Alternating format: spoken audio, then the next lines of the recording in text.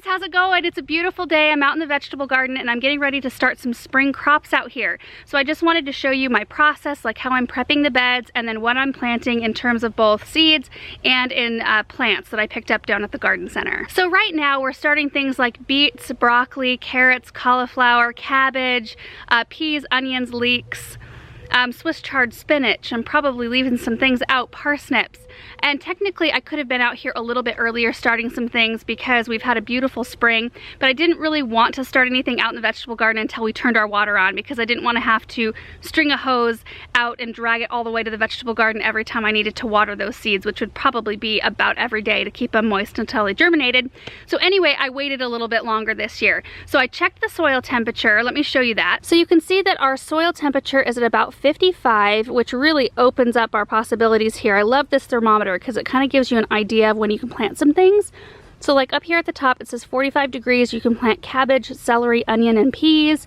50 degrees broccoli, and then the rest are kind of warm weather crops. So I did put 4 cabbage plants in the ground in a bed. You can see the little domes back there just a couple of days ago. I've got some onion plants and celery plants, and then the rest I'm going to be putting in from seeds. So let me show you the stack of seeds I have. Okay, so first off, I've got a couple of different types of snow peas, which I love, one of my favorite spring crops. This is a golden sweet pea, and I thought that this one would be interesting because it's got purple flowers and golden pods. And then the blizzard snow pea is just a variety I've never tried before, and I guess these seeds are getting a little bit harder to find, so I thought it would be fun to try that one.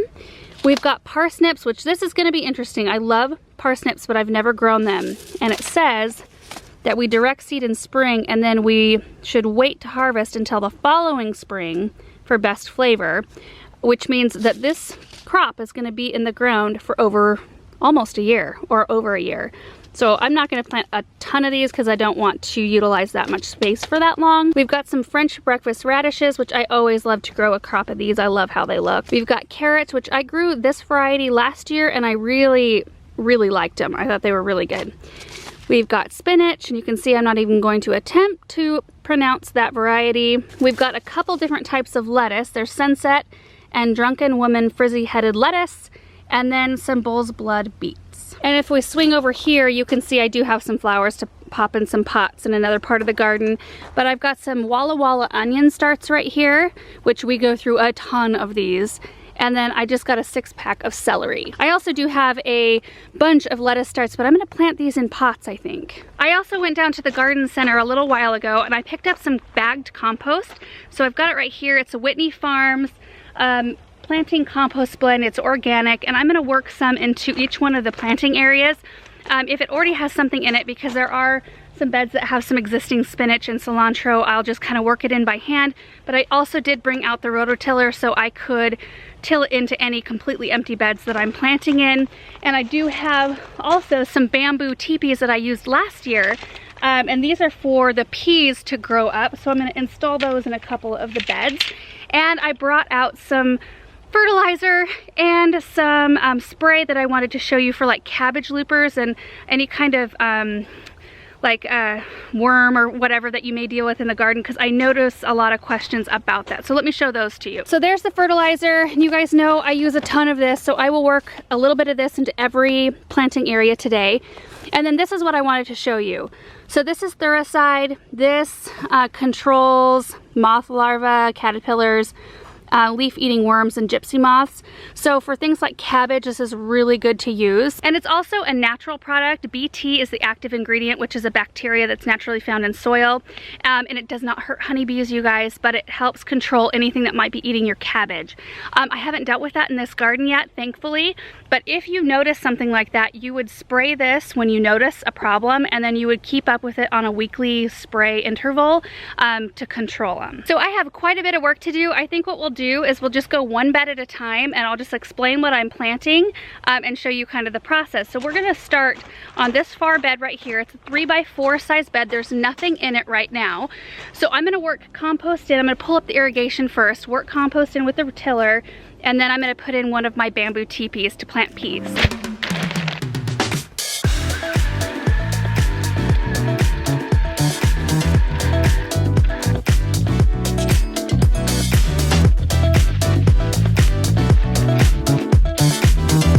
It's like crumbly chocolate cake. That's what my mom always told me I should shoot for.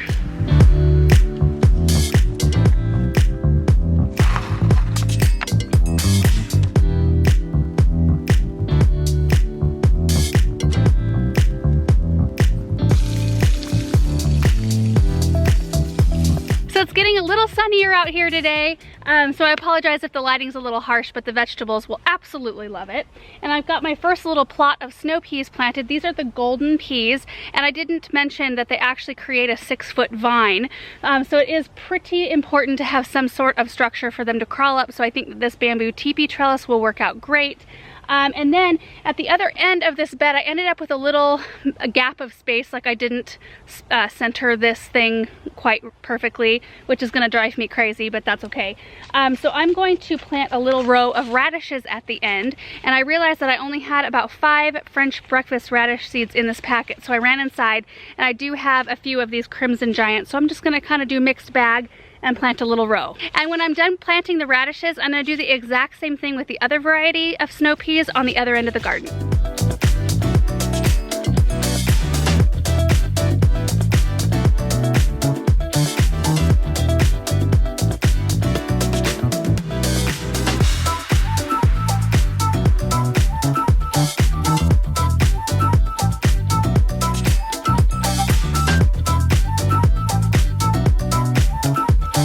Since there's 3 sides to this trellis, I did split the peas up. We got 19 seeds per side. There's the other side. And I already planted this one. So to plant these, I just grab the seed and just pop it next to where I've got my irrigation line, and then just push it down into the soil about 1 inch deep. And you can space them apart every 1 to 4 inches. I go about 1 to 2 inches apart.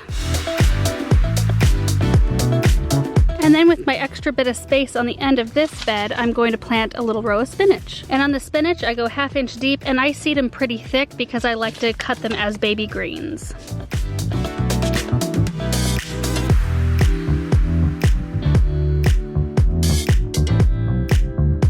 I'm leaving all of my packets in place until I get my labels made so I don't forget what I have where. I was able to harvest some spinach from last fall's crop, and it looks pretty darn good. Like, I'll be able to kind of pick through that and we'll be able to eat it for a couple of dinners. That's kind of exciting. So the next couple of beds I'm gonna work on are this one right here, and then this same size one on the other side, and I'm gonna work on planting some Walla Walla onions. So I got this bed all prepped. I added in the compost, got it tilled, and then added in the biotone fertilizer. I did add a little bit extra fertilizer in this bed because onions are such heavy feeders. I am starting with plants for the onions, so I'm gonna have to separate them out, and I'll plant them about every 6 inches. So I'll try to get a close-up shot of that. So you just gently work them apart.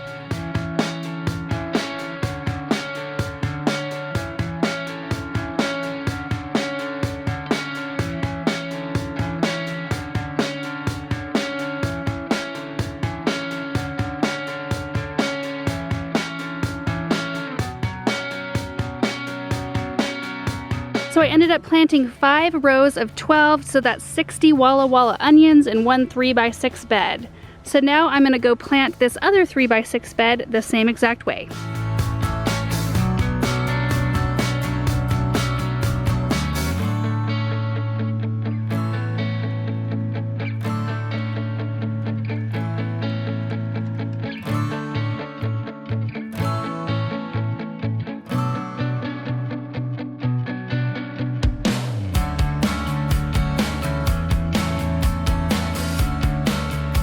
Should we go plant some beets?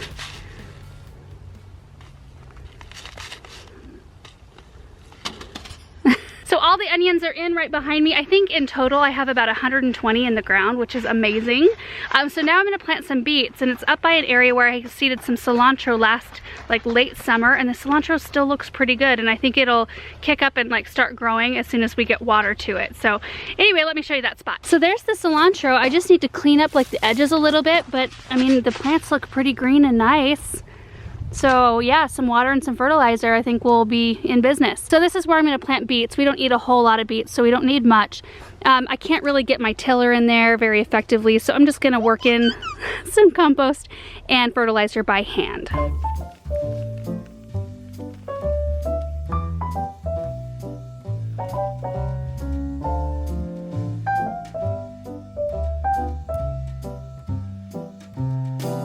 Beets are done. Celery is next, and I'm gonna put that right in here, probably with a little bit of lettuce. So the only things really that I have left to plant today are the 2 lettuces, carrots, and parsnips as soon as I'm done with the celery. And I'm also going to just work in compost and fertilizer by hand in this bed because all of my irrigation drip tubes are all connected, and I don't want to tear these up because I think that would mean that all of these would come up too.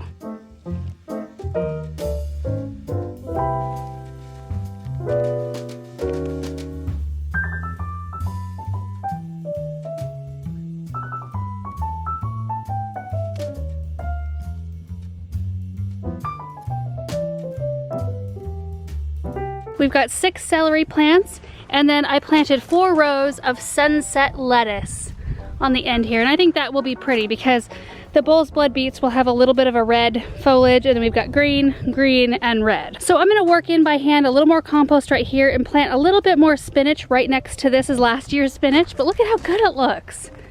Isn't that awesome?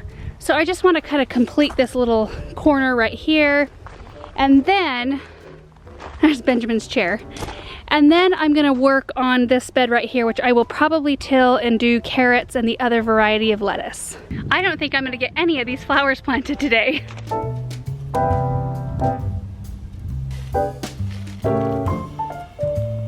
So I cleared out the rest of that spinach packet right here, got it all done, and then I decided to come in with the tiller and work up the soil in the rest of this bed and plant the parsnips right here. I think this will be a good spot for it. I'm dedicating about a 3x3 area in the garden, which is a little bit hard since I know that they are gonna have to stay there until next year. But that's okay, I really like parsnips. I think it's gonna be a fun experiment since I've never grown them before. So it says to direct seed in spring and thin to 2 inches. So I've got 4 drip lines in here if you can see those. So I'm just gonna do 4 rows and I'll seed them and we'll see how they do. But I did make sure to get down like 8 inches with the tiller, so it's really loose and fluffy, which is really important for root crops. And I'm gonna do the same on the next bed for the carrots. It also says right there that they can take up to a few weeks to germinate, so I can't be impatient. So the last bed I have to plant is the carrots and the green lettuce that I chose, and I don't know that I have enough seed to actually plant the whole thing, but we'll see how far I get. I will make sure, because there's nothing in this bed, to get it with a tiller first so that the carrots don't have a hard time, because I did have kind of a hard time last year. I had all my carrots right there, and even though I used the same compost in all the raised beds, for some reason it was super hard right here, and of course that's where I had my carrot. So this is the bed. Since there's nothing in there, I can pull up the drip lines, which they all need attention. I mean, look at this. There's some areas where they've been cut, and there are other areas where I need to add some too. See, I only had enough to come up and down a couple of times, so I need to finish the beds. And Aaron is working on turning on the water as we speak, but I'm going to go through with the hose and hand water everything I planted today. I just like to do that because then I know everything is really settled in nicely, and then the drips can take over after that.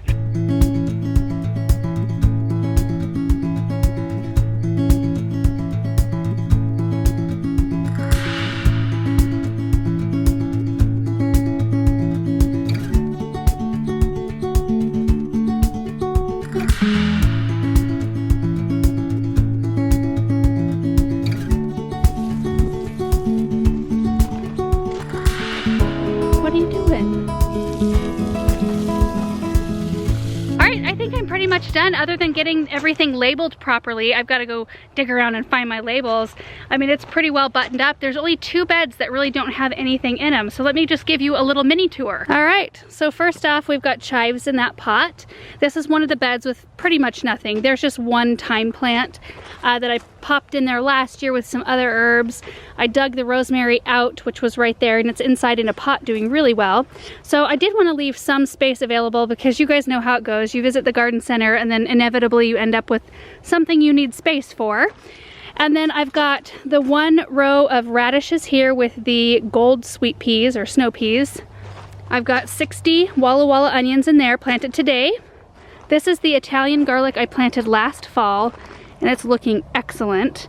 I think there's 72 heads in there. And then this is where the spinach is. So this whole patch will be spinach, and then we've got parsnips.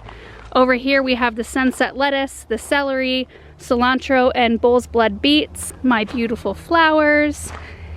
This is one other bed I have nothing in yet. I've got these pretty chicken wire cloches from Gardener Supply in there, which I'll probably pop over the cabbage once I take the domes off. And then in this bed, I actually had enough carrots to fill up this 3x3 section.